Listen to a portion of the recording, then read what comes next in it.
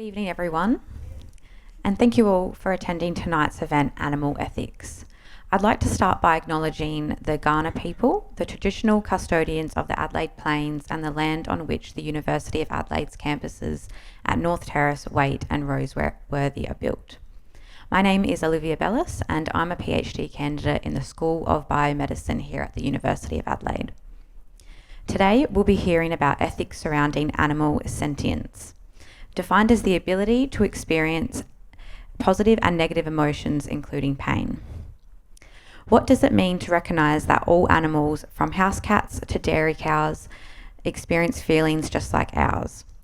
Does acknowledging the emotional complexity of other living beings change our responsibilities towards them?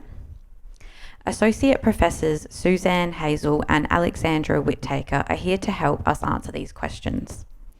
The University of Adelaide's researchers are investigating exactly what it means to acknowledge animal feelings in our homes, livestock farming and zoos. They're assessing the best ways to measure animal emotions, the practical challenges that arise in doing so, and the complex policy implications. Associate Professor Alexandra Whittaker is a senior lecturer in the School of Animal and Veterinary Science at the University of Adelaide and director of the Evidence Synthesis Initiative for Animal and Veterinary Sciences. She is the recipient of several prestigious fellowships, honours and awards, including an NHMRC Peter Doughty Fellowship, Fresh Science Award and South Australian Young Tall Poppy. Associate Professor Suzanne Hazel leads the Animal Behaviour, Welfare and Anthrozoology Lab in the School of Animal and Veterinary Sciences at the University of Adelaide. She advises internationally and engages with community exclusively as a board member of the Dog and Cat Management Board of South Australia, RSPCA South Australia and the South Australian Animal Welfare Advisory Committee. Please join me in welcoming Suzanne and Alexandra to the stage.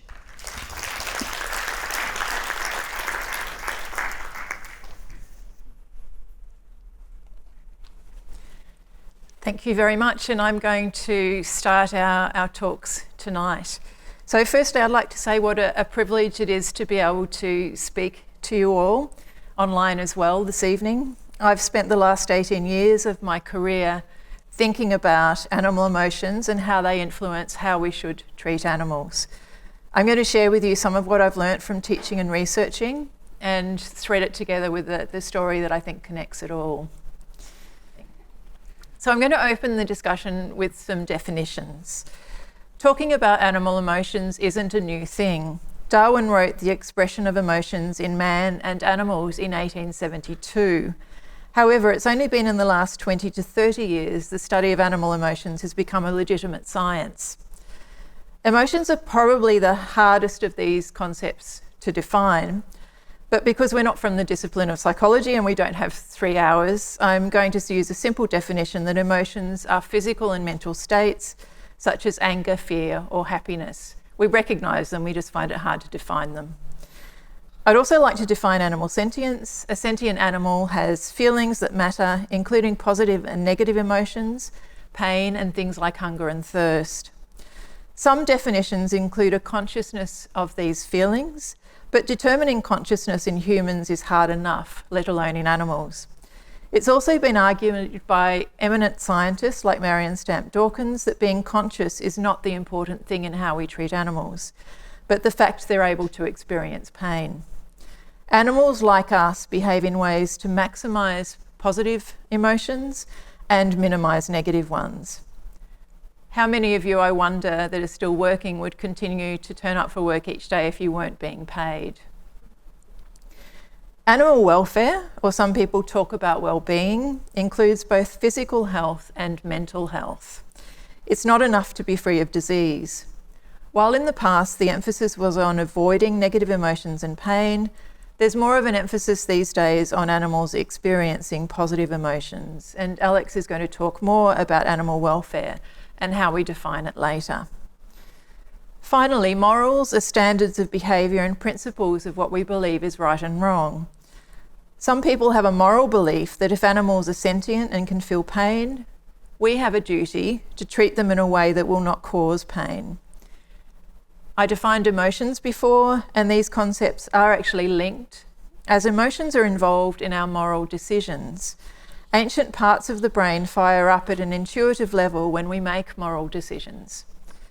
The great Frans de Waal, who died in March this year at the age of 75, believed that morality is a system that enhances cooperation within groups. Groups work better if we all agree on right and wrong behaviour. Societal discussion on animal ethics, the moral values we place on animals, and the decisions that we make on how we treat them is increasing. This is a Google Ngram, so when you put words in, it tells you how many times those words appear on the internet.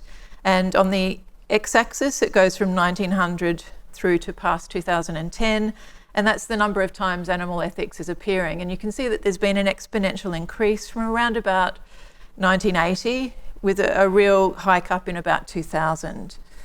So people care. Animal ethics matters increasingly to people and in our societies.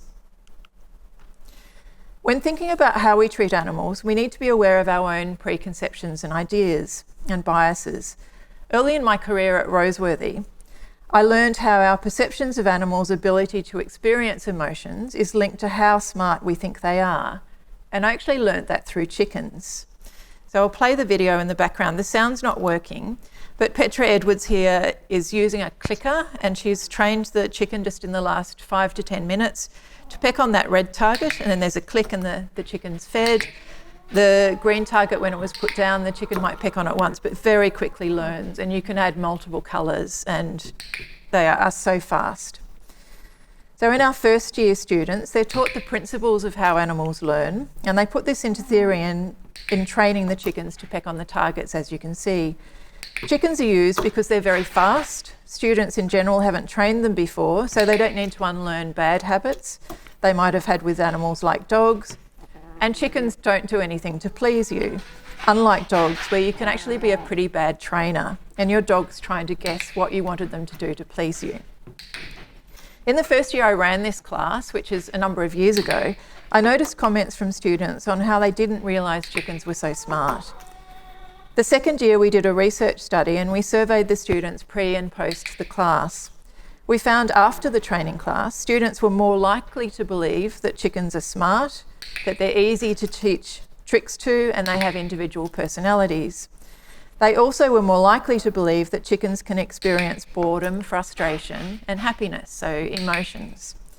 One of the parts that excited me the most was hearing the students that struggled to teach their chicken the task. They would say things like, "Oh, my reflexes were too slow," rather than "my chicken was stupid." Whether or not we think an animal has emotions is linked to how smart we think they are, and how smart we think other animals are. Side note, we give the chickens names each year with a theme. The first year, Priscilla was by far the smartest chicken. The diagram here shows the way that emotions can be expressed in humans and animals. So right at the centre, you can see emotion expression. In the inner circle, you can see that we describe emotions in terms of their valence, so they can be positive or negative. Their persistence, so are they acute or are they long-lived? And their intensity, is that high or low? Around that outer circle, you can see the different ways that emotions can be expressed in humans and animals. So through vocalisation, through gut reactions, who hasn't had a nervous tummy, locomotion, motor reactions, facial expressions, hormonal changes, and also the level of arousal. Alex is going to talk more soon about the measurement of emotional states in animals, but I'd like to give an example from Petra Edwards' PhD. So as we saw in the previous slides, emotions are linked to physical states, and in Petra's study we used heart rate as a measure of the emotional state. Petra's PhD was about fear in dogs going to see a vet. Hands up if any of you have a dog that you struggle to take to the vet because they're really nervous of it. It's not uncommon. Yeah, I can see some hands going up. Petra wondered if some dogs found the physical examination part of the visit stressful. So we used human heart rate equipment strapped around the dog's chest and took a continuous heart rate during a mock clinical exam. So each part of the dog was actually examined, but a syringe was used with the skin lifted without actually vaccinating the dog, and we didn't actually insert a thermometer to do the temperature. So in this slide, you can see on your left, Felice Case is examining the right side of a dog which is standing quietly with their guardian. On that heart rate graph, don't get scared by the lines. At the bottom is the time of the physical exam, and the heart rate is on the vertical axis, and the higher it is, the higher the heart rate.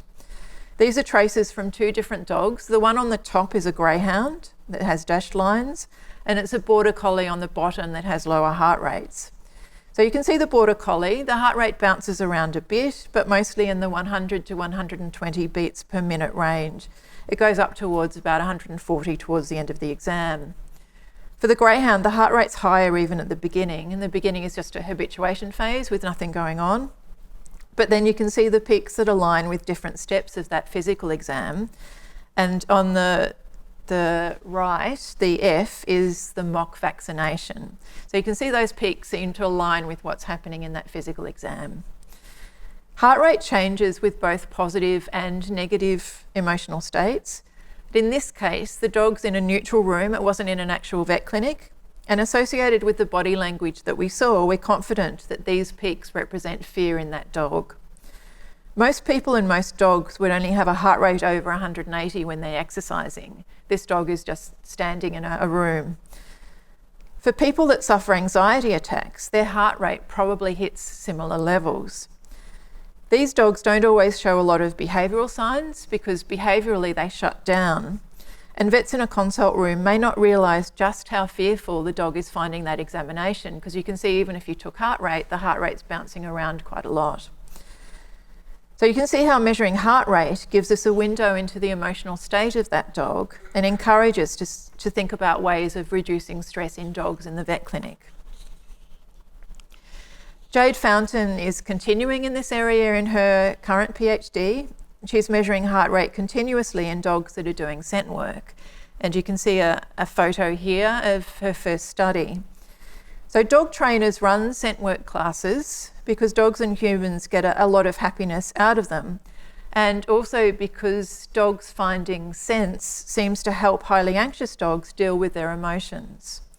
We haven't completed the analysis for this study yet, but in this image you can see the dog which is searching for scents in that room. And we have the wireless ECG strapped, and we've got continuous heart rate measures which we will be analysing further very soon. We'll also be able to look at the heart rate variability, which Alex is going to talk about later.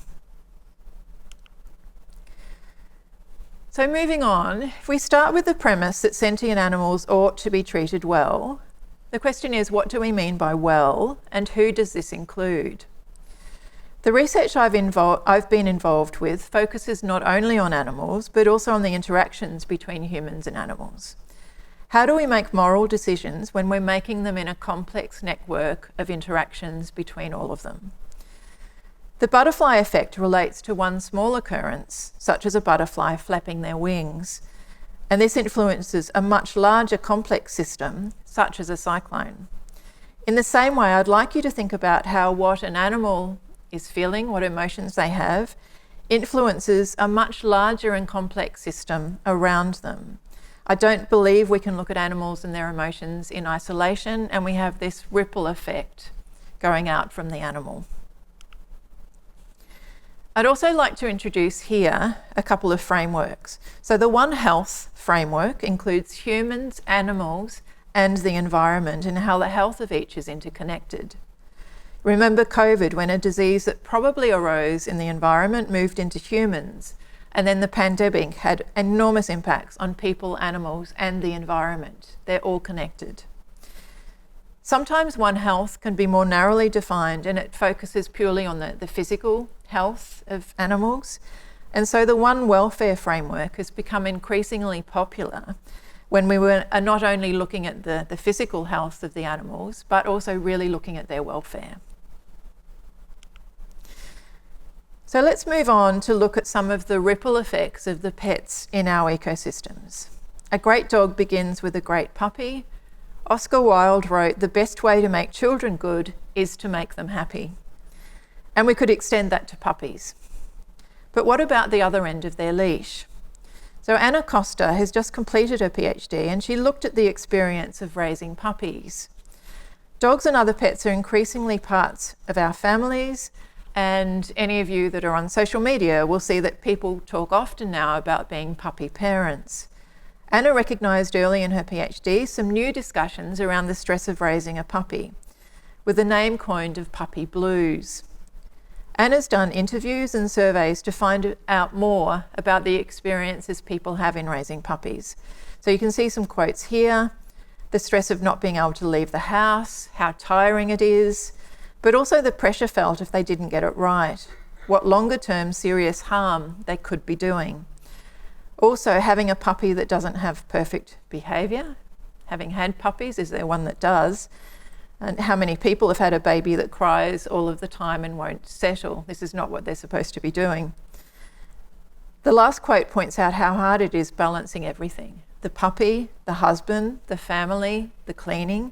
So yes, people were working really hard to enable their puppy to be happy, but we need to understand all of the other factors that influence their ability to be able to do this. What about the other end of the lifespan in dogs? Like humans, dogs can also get a form of dementia. Those of you who've lived with their older dogs for years know that you would do whatever you could to keep them happy. But what impact might that have on you? So Tracy Taylor, who's sitting right up the back now, yes, I can see you, in her honours surveyed guardians with older dogs to find out if they had an increased burden of care associated with doggy dementia.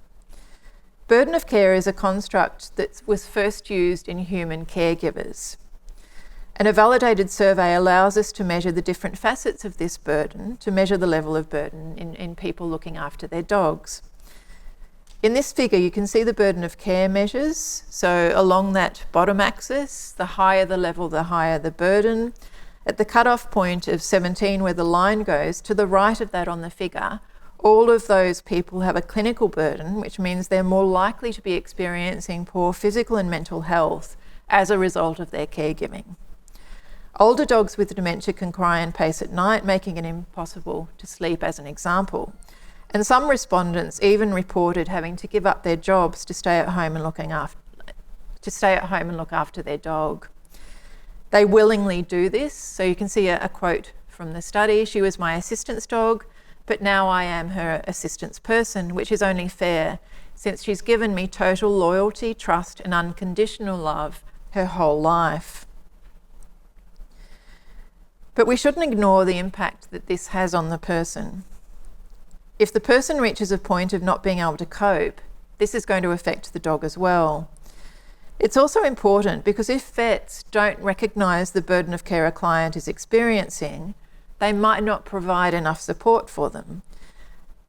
As well, clients that experience high burden might also be those labelled as difficult by vets if they don't appreciate the background experience and that these people are really struggling.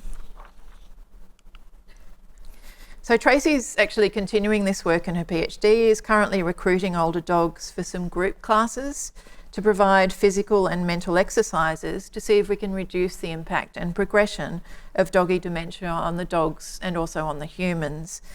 So if you have a dog, we're recruiting. If you have a dog that's 8 years or older, or know somebody who does, would like to apply, you can contact either myself or Tracy, and our email addresses are there. Josh Soanetti is doing his PhD on how to assess the welfare of dogs that are cared for by older adults. As an older adult, I've got a particular sympathy for this. It includes what dogs mean in their lives. As you can see from the quote on this slide, dogs do play incredibly important roles in the lives of older adults post-retirement, but Josh is also interested in promoting welfare in these dogs and finding out what risks there might be. So for example, if they're unable to exercise them, then perhaps they might need a little bit more assistance to do that. So we're looking at what support they might need. The work is still in progress, so watch this space for his findings. There he is with his dog Minnie. So Julia Henning is doing her PhD on the link between play and quality of life in cats. So she did a large international survey and she found that higher quality of life in cats was associated with them having a higher playfulness score, that they played a wider variety of games, that they were housed indoors, and they had a closer relationship with their guardian. The stories of how people play with their cats are one of the most interesting parts of this research, and you can see some of the quotes here. From different members of the household playing with their cat differently. So she plays differently, rougher with my husband than with me. Then Chase play more with our dogs and our daughter.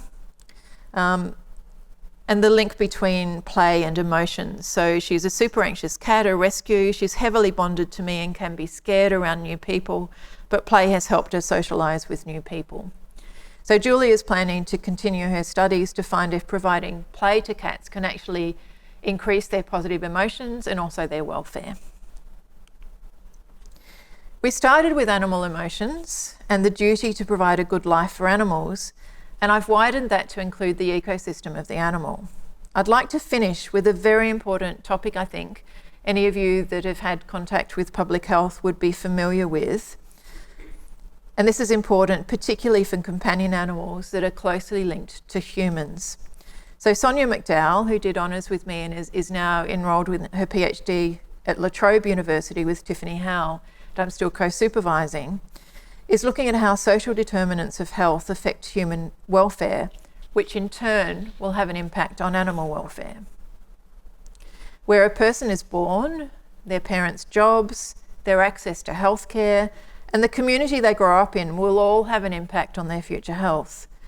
For every measure of health, we can see a direct association with these social determinants.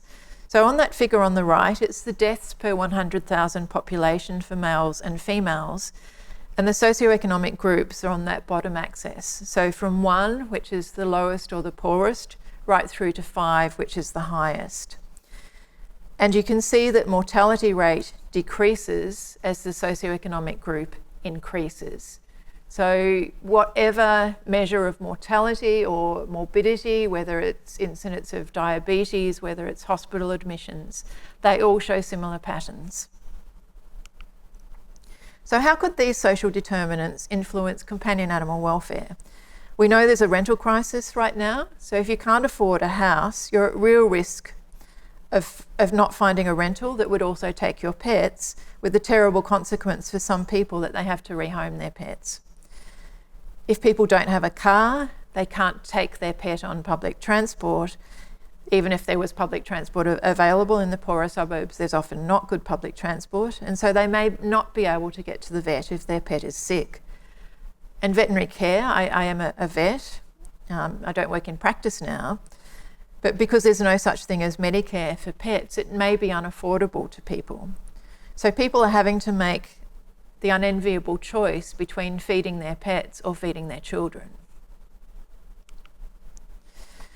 So let's go back to what I said at the beginning, that if animals are sentient, we do have a duty to look after them. In the United Kingdom, shelters are currently overstretched, and dogs that are entering them at the moment often have complex medical and behavioural problems. In the UK, the fallout from COVID, where unscrupulous breeders sold puppies for a fortune and the puppies themselves were not well socialised, is a factor. These dogs that have grown up are more likely to have behaviour problems. Josh Loeb, in a recent article in the Vet Record, has suggested that in the interests of sustainability, and that includes environmental and economic sustainability, that it's time to reduce the UK's dog and cat populations.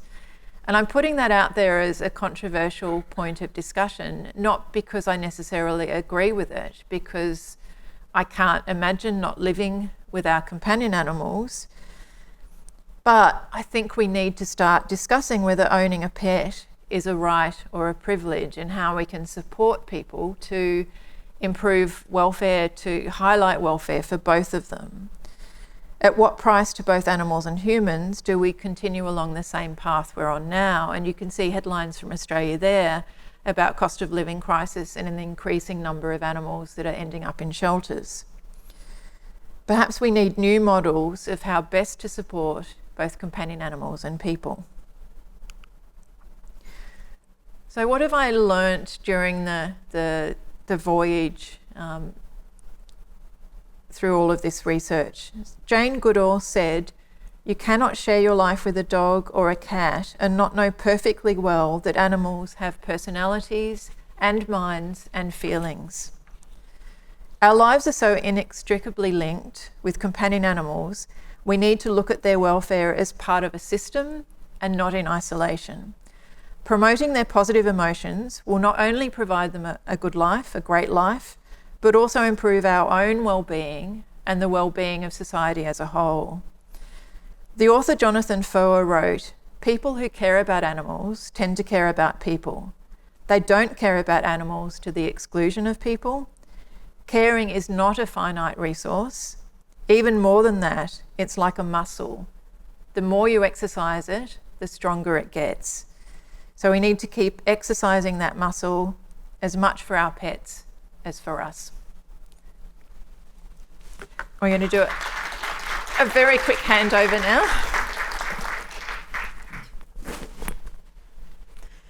Thank you. And Susan's just given me a perfect segue into what I want to talk about. So my area of research is really on how we can assess welfare. So Susan's introduced some of these concepts to you. I'm interested in how we assess this at a day-to-day level. So if we work with animals as researchers, as farmers, as any other member of the community, even with our pets. So how can we actually assess the welfare of animals?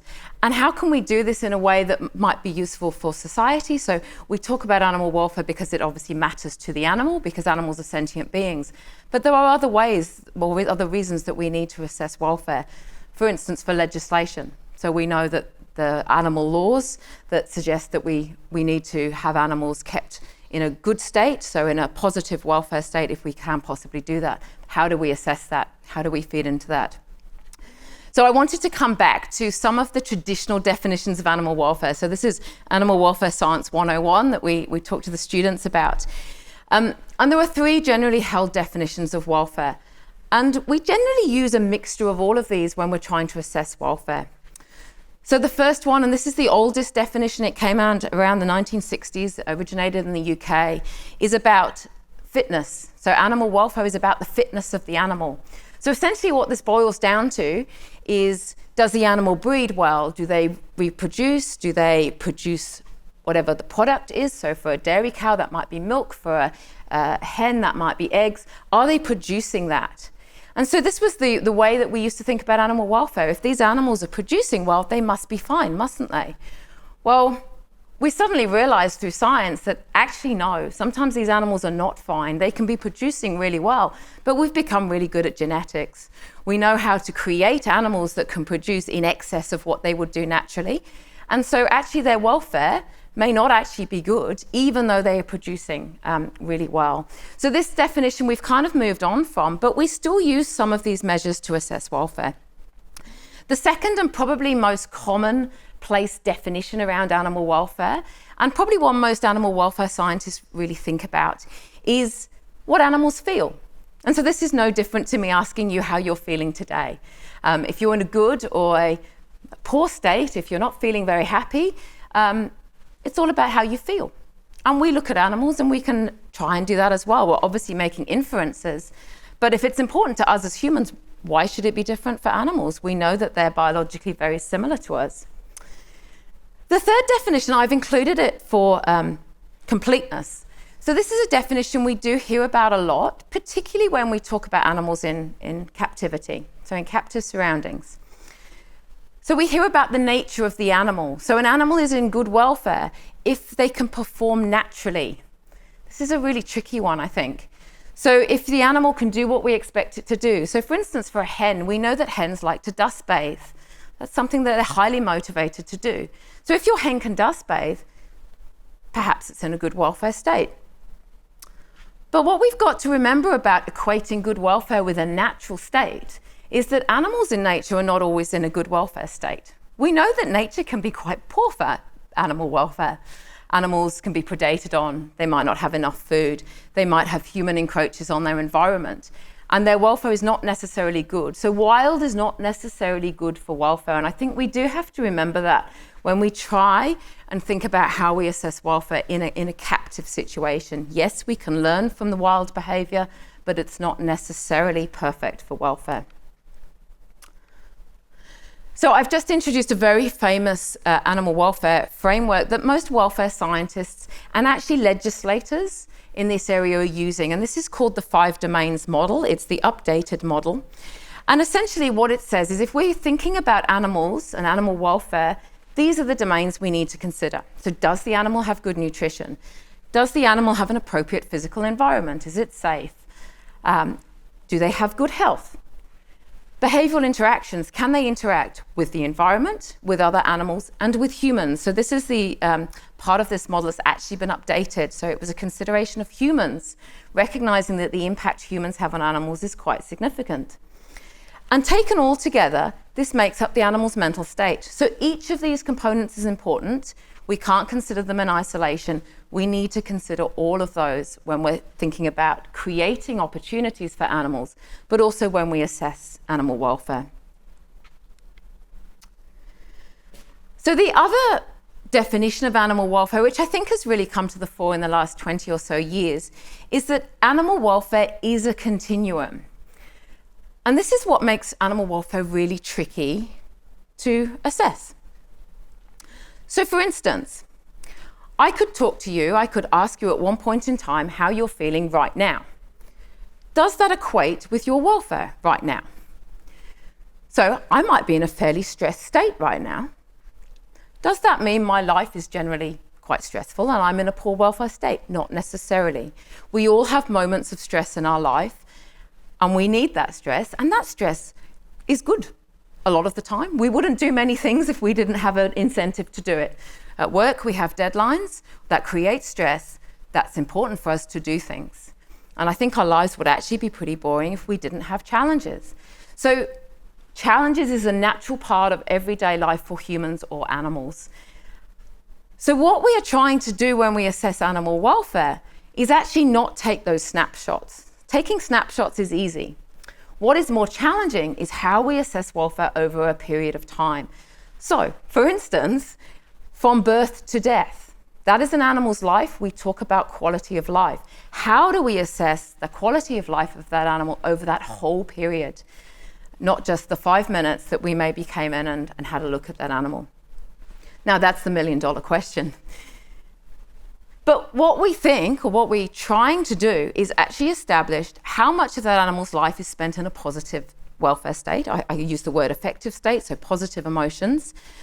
How much of it is in a negative state? We accept that there are some components in an animal's life that are negative. Giving birth is a painful experience. Does that mean we don't do it? We accept that there are negative and positive experiences in life. But what we want is that on balance, the animal's life is positive. So if we were looking at this as a mathematical equation, there's a higher number above the line than there is below the line. And essentially what I've taken you on just now in a very rapid fashion is a journey through a welfare science history. So in the 1960s in the UK, we talked about fitness of animals. We talked about those biological characteristics. Can an animal produce well? And that meant good welfare. Then we thought about feelings, but we were very focused on absence of negative. So animals weren't in pain, they weren't in distress. This is very easy for us to do as welfare scientists. We're quite good at recognizing negative experiences. We're quite good at recognizing signs of pain. But around the early 2000s, we had this shift and we recognized that actually it's not just about not being in a negative state. It's about having a life that's worth living and being in a positive state. So most of us don't want to go for our lives in a neutral state. We want to be happy. So how do we create that and give opportunities for animals to do that? And so we've actually seen this shift in legislation as well. If any of you are involved in any kind of law reform, you'll notice that many of our acts within Australia have changed from Prevention of Cruelty to Animals Acts to Animal Welfare Acts. So it's recognising this shift away from let's just not be bad to animals, but let's create positive experiences for them. However, we still need to work out ways to measure this and assess this.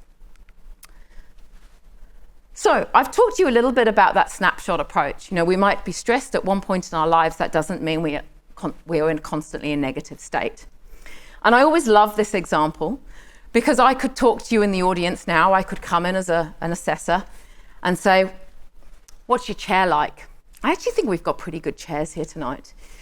But you could say, oh, my chair's not great, so I think I'm in a poor welfare state with my chair. So tick box, one characteristic ticked off. I'm a bit tired, it's 5 o'clock on a Tuesday. Poor welfare on that scale. Temperature's perfect, actually, it's been a beautiful day in Adelaide, good welfare. Work's tough. I'm probably a little bit low on that scale, but my social life is great. And essentially we add those together. And that's often how we assess welfare. We come in at a point of time with a checklist of criteria and we do a summation, a very simple summation. Now that's helpful to us, but it's still not really getting at this issue of how we aggregate the animal's whole life experiences to come up with a conclusion about whether that animal on balance has had a positive welfare or negative. How do we do that? So I've just said we come in with a bunch of criteria. What criteria might we use?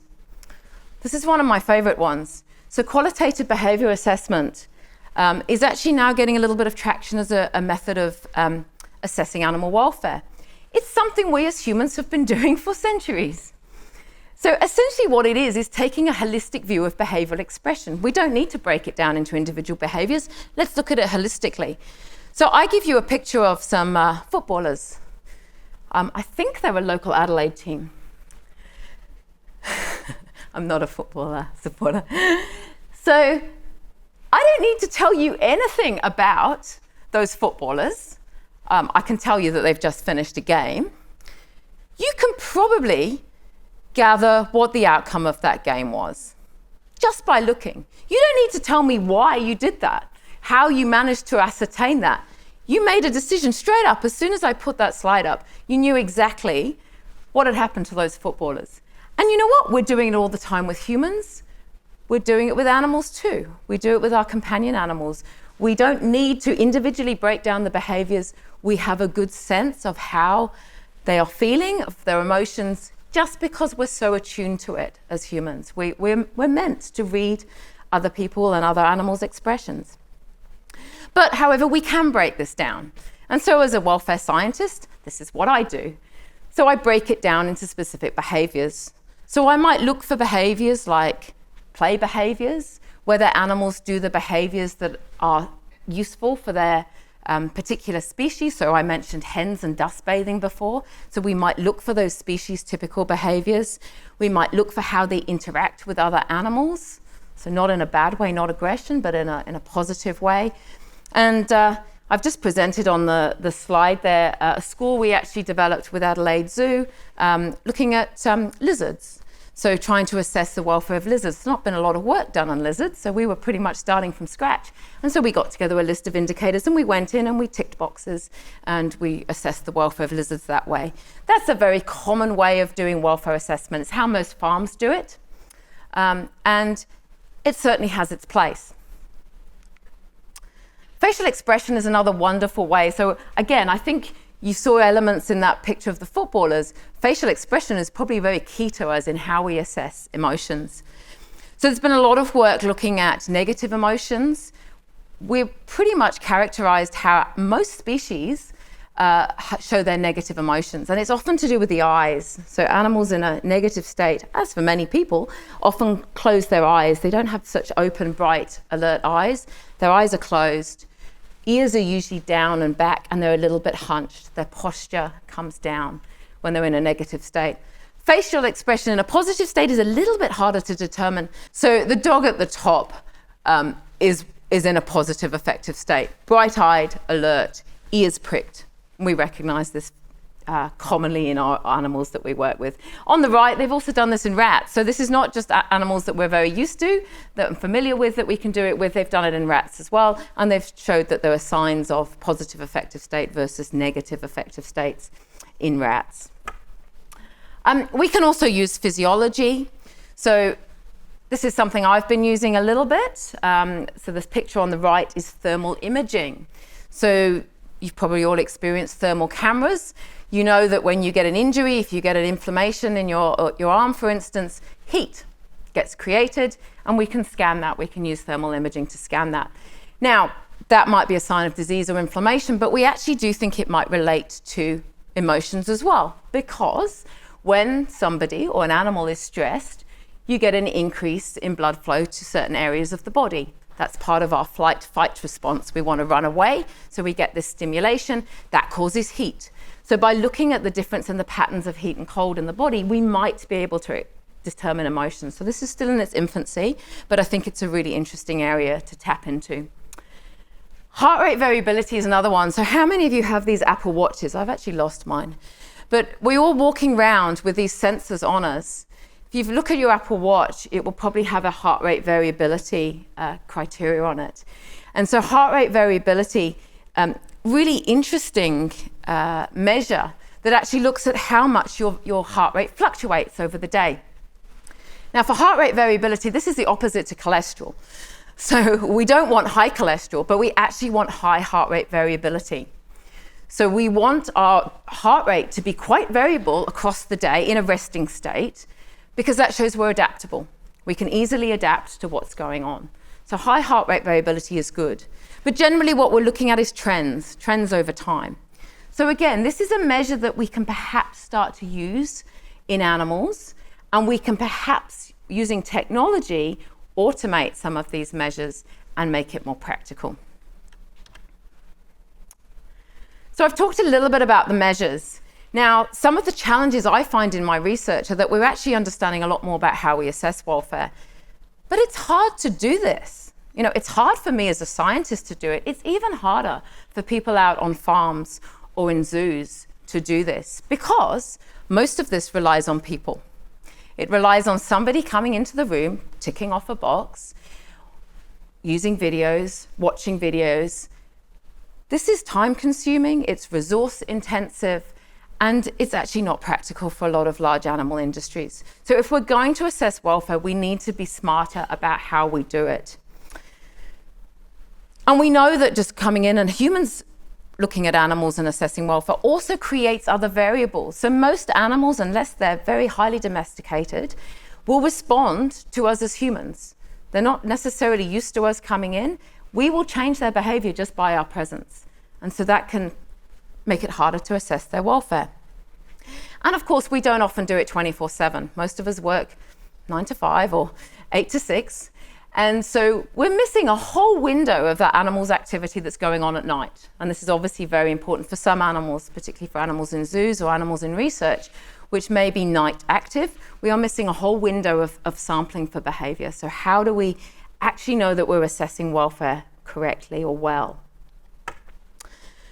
So this is where technological advances come in. And some of my current research, very much in its infancy, but I think it's really exciting to think about AI, all of these new tools that we're using, to see if we can start to automate this technology and actually get a sense of, you remember the graph with cumulative lifetime experience, if we have big data, can we capture that continuously, and can we do that remotely and start to understand animal welfare by using all the data we have available rather than the snapshot view that we've traditionally taken as animal welfare scientists. And so I've just put a few examples up that are commercially available. So if any of you have cats at home, you can go to the App Store, you can download the Feline Grimace Scale. So you point this app at your cat, you take a photo, and it will then tell you whether your animal has a grimace scale, essentially, so whether your animal might be in pain or maybe a bit cross. Now, disclaimer, just do it for fun, don't necessarily rely on the results. But it's really interesting to see that this kind of technology is now out there. And you know, one day you will go into the vet practice and they will probably come with a phone at your dog, scan the dog's skin lesion, and be able to tell you a whole bunch of diagnoses for your dog. So this is the world we're coming into, where AI is going to become more and more relevant in our lives. I wanted to talk to you a little bit about the picture at the bottom is the project called the Clear Farm Project. It's an EU project. And essentially what they are doing is mapping the welfare of animals on farms. So they started with dairy cattle on farms, looking at their animal-based measures, some of the measures I've spoken about. But what they want to do now, this is an idea, they haven't actually got there yet. What they ultimately want to do is create an app like this that we as consumers can go into the supermarket, scan our bottle of milk, and it's going to say that came from this particular farm has this kind of welfare status. Do you want to buy this bottle of milk? Now, this is obviously technological labeling, but what a fantastic opportunity for farmers to be able to market their high welfare produce and actually get recognition of that, and us as consumers be able to understand where our products are coming from and be able to make informed choices.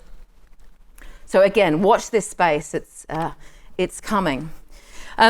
Some of the work I've been doing, we are very much in the infancy looking at, can we use AI?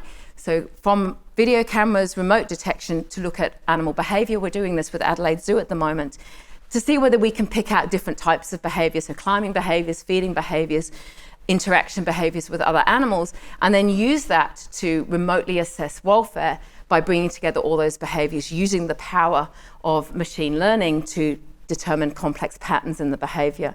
As I say, it's very much in its infancy, but watch this space. We're very excited to see if we can actually bring that to Adelaide Zoo and hopefully to zoos across the country in the future. And just last, again, on the theme of technology and how this is going to revolutionize animal welfare assessment, again, you can go to Amazon when you get home tonight and you can buy a tracking device for your dog. So there's ones out there for sheep as well. And so what this actually does is enables us, just like we have with our Apple Watch and we can track our activity, we can also do it with our animals. And of course, activity does give us a sense of animal welfare as well, because we know that an animal that is active is probably in a good health state. It may not necessarily indicate whether they're in a good or bad welfare state, but certainly looking at patterns over time, we will be able to determine things about that animal that might hint at its emotions. So the fact that we have these technologies now available to us, I think will revolutionize animal welfare assessment for us. I would like to acknowledge PhD students past and present who've worked on animal welfare related projects, and of course my many collaborators both here and overseas who've made this work possible. So thank you very much.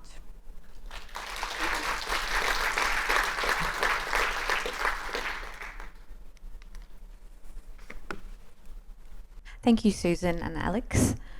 We'll open it up to questions from the audience. So for those online, please submit via the Q&A section of the webinar.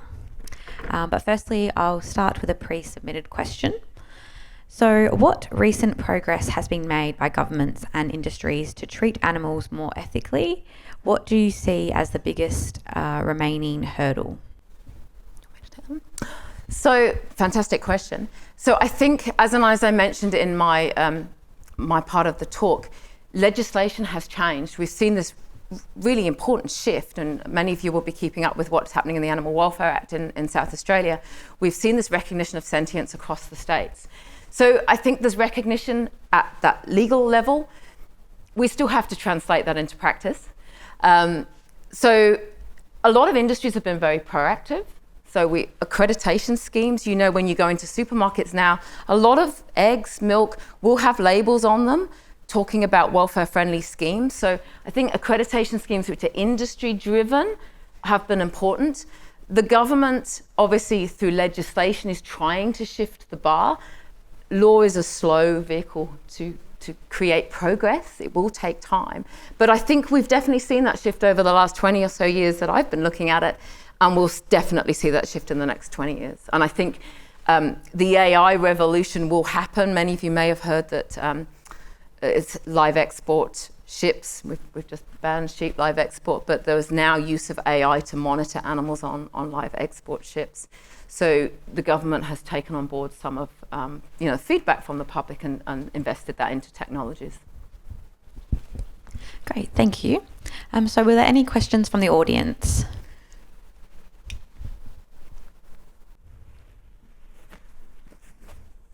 It's okay, I've got more questions here that are pre-submitted. So what are the ethical considerations for you when conducting research involving sentient animals?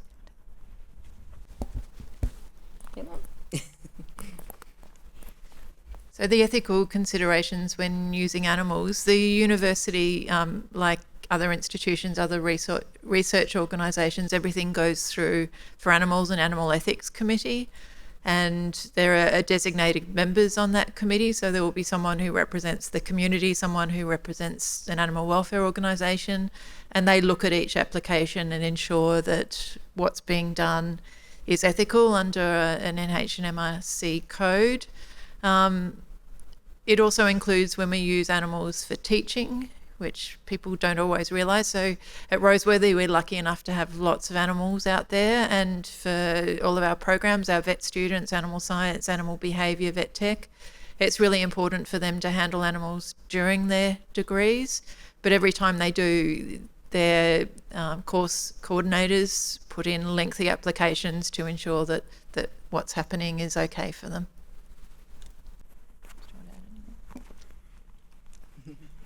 Thank you. Now we have a question here about artificial intelligence, but you have touched on that. Oh, we do? Sorry. Oh, no, that's okay. Just a quick one on vegetarianism and veganism and how this actually helps animals. Yeah, so very complex question.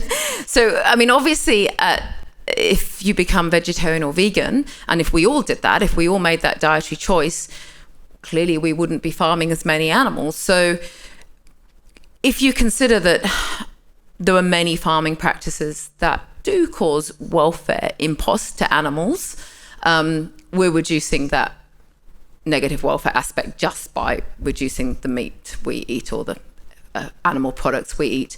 Having said that, there are lots of complex discussions around this because it's not just about animals. Obviously, animal welfare is an important consideration, but we know there's issues around sustainability, land use, water use. And, you know, if we transition from a animal-based diet, we have to transition to a plant-based diet. We need to create the protein, the same value of protein from plants as we do from animals. How much land does that take? How much water does that use? If we go to lab-based meats, there's some ethical issues because they still have animal products usually to generate the cells to do that. So it's a huge it's a huge topic, but I think at on an animal welfare level, there are obviously clear advantages for us doing that.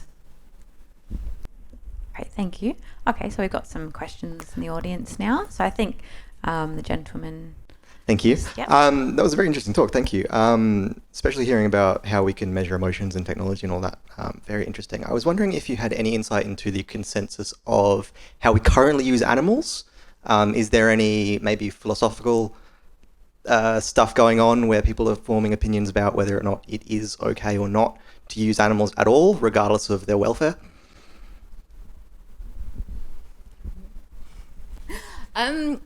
Oh, look, I mean, this is the ongoing debate, isn't it? I think I'm an animal welfare scientist. I study animal welfare. You know, our society uses animals. We have legislation that allows the use of animals, and that's the position that we have in society. That may change, of course.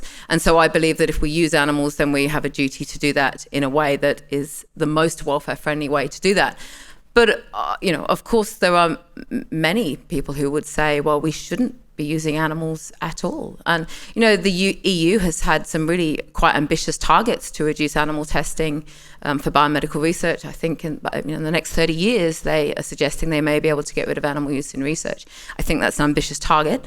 But, you know, clearly, if we're acknowledging animals as sentient, then yes, one of the questions is, should we be using animals? I'm going to pass over to Susan. I'm just going to add something really quickly to that. So I'm sure when you're asking questions like that, you're thinking of livestock species, but companion animals actually have just as bad a welfare issues that I didn't really discuss in that, but there's obesity, there's dogs that are bred to have flat faces and they can't breathe, they can't lie down. So it widens up a really big discussion.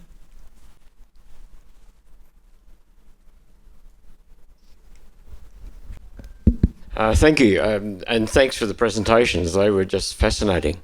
I like the concept you had of animal welfare and the environment. And this is a bit left field, but if we assume that a dingo is very happy living in the wild, should we assume also that dogs that still have those instincts would be much happier not being pets in houses or somewhere else? That's one. And the other one to quickly add is, has anyone done research that shows that fish feel pain? Because we do dreadful things to fish that we wouldn't think of doing to other animals. So your first question is very interesting. And not living in a Western country, not many of us realise that the majority of domestic dogs around the world are free living. They're not actually owned by somebody. People might feed them. And you could argue that even though they're prone to disease, they might not have a long life. In some aspects, their welfare might be better than a dog which is chained up in a backyard and thrown a bone every now and then. And yes, there's been quite a lot of research done into pain in fish, and there's very good evidence that fish do feel pain. Again, there are $1 billion industries around fishing, and it opens up a lot of difficult questions with that, but the evidence is reasonably clear.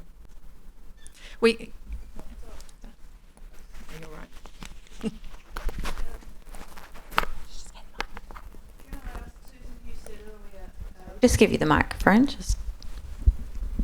Sorry. You said earlier, or raised the possibility that it might be a good thing to have fewer dogs and cats. Given that there are masses and masses of dogs and cats that need homes, how would you go about that? Yeah, that's the difficult question.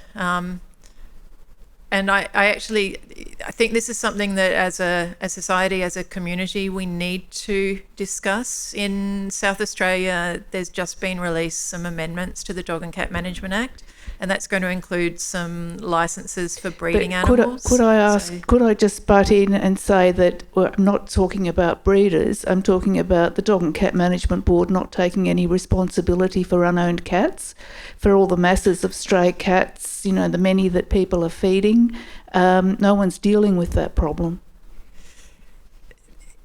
The problem with unwanted cats is larger than the problem with unwanted dogs, and it hasn't been in the past, but it's a big problem in the United Kingdom now, which is where that discussion has come from. And we need ways, because people do not find acceptable that we have excess animals and they're killed because they're unwanted and we just keep breeding them. I don't think the public find that acceptable at all. So we need to have these hard discussions. I don't think there will be a simple solution, and there's probably not a solution that will please everybody, but we do need to make some changes.